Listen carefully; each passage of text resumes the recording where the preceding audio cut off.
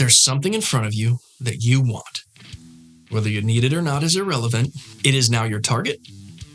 You are fixed on it, and everything else is just kind of falling out of your peripheral. Hello, and welcome back to all of my creative and neurodivergent friends, and to anyone who's watching this, just so maybe they can understand their friend with a neurodivergence a little bit better, or a coworker, or maybe an employee. We're starting a discussion series called WTF, or What the Function. I still can't say that without laughing. Talking about executive functions, or EF. I learned from a lot of you already in comments and DMs over the last week. The array of affected individuals for executive functions is very wide. So, come one, come all, neurotypical and divergent alike, and let's talk about self-control. Woohoo! Self-restraint is the restraint imposed by oneself on one's own actions. Self-control. If you've ever been called out for being impulsive or having a lack of self-control, or maybe you've heard that you seem to make all your decisions on a whim, and that there's no method to your madness, no rhyme or reason, if you've heard these sorts of comments, it's a pretty good indicator that self-control is an executive function that you struggle with. Our focus in this WTF series is not going to be so much on the struggles caused by our deficiencies in executive functions, because we live in that struggle, right? So instead, it will be more on tips for coping and being successful. Also, I am fully aware that I cannot speak for everyone, so I encourage you that if you're watching this and you have a great coping mechanism for this or any other executive function, please feel free to share it with everyone in the comments. One area where a lack of self-control can present itself more obviously maybe than in others is financial decisions. Impulsively purchasing like whatever cool thing that Amazon so freaking deviously put in your face. Here's a deal you won't want to miss. Well, I don't know why Amazon sounds like that, but apparently that's the voice for Amazon. For me, personally, that would be like film and video gear. Things like cameras and lights and cool-looking adapters that are most likely useless. But maybe for you, it isn't stuff. Maybe it's food, or to achieve a certain feeling, or it's travel stuff, taking off. It's the quest for adventure kind of thing. But whatever it is, there's something in front of you that you want. Whether you need it or not is irrelevant, at this point anyways. It is now your target. You are fixed on it, and everything else is just kind of falling out of your peripheral. There's just you, the thing you want, and you're going for it. And most oftentimes, it's without any kind of malicious intent whatsoever. Yet, it can have some damaging effects. I found it interesting that another synonym for self-restraint is moderation. And you've probably heard the saying that everything is good in moderation. How do we moderate impulsivity? For me, it harkens back to something I said in a previous video that I'll link here, but it's about the vision board. It's about having vision for where you're going.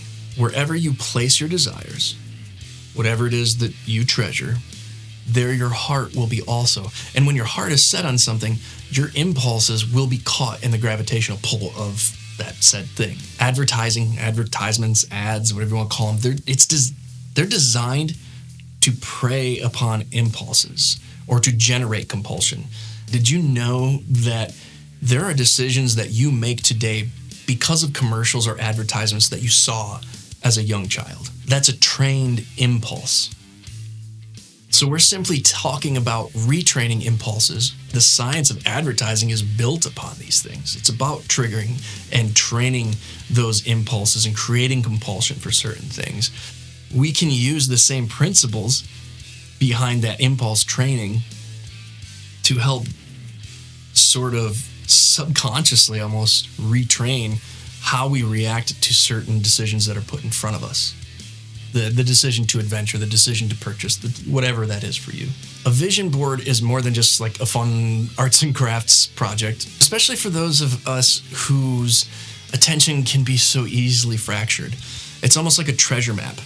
I think it's more like a puzzle box top, because it allows you to see the bigger picture, and therefore it helps us put all of the little things or all of the other pieces in the right place.